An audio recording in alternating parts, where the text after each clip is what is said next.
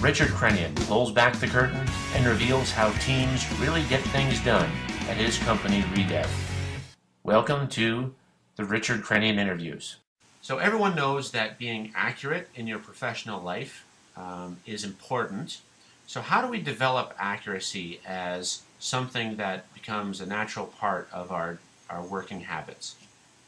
I think what you have to do to improve accuracy is, number one, to accept responsibility.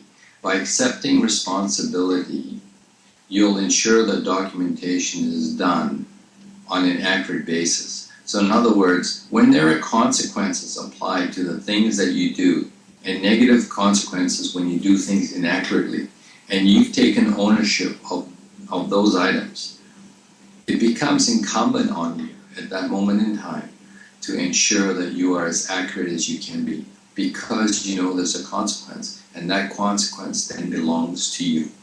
Yeah.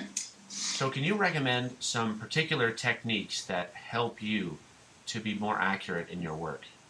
Well, this is always interesting. I read somewhere that when you're writing something down, to read, after you're done, to read it backwards. And then you can check, because we have spell check on a computer today. But what it doesn't do for us is it doesn't give us the proper wording or articulation that you may need to put into that document. Your figures should be checked, and the figures go from right to left. You read from the bottom to the top, and that ensures somewhat, you trick your brain.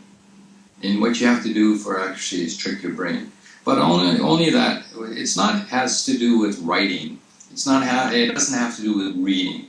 It has to do that when you're garnering information from people, make sure that the source is reliable.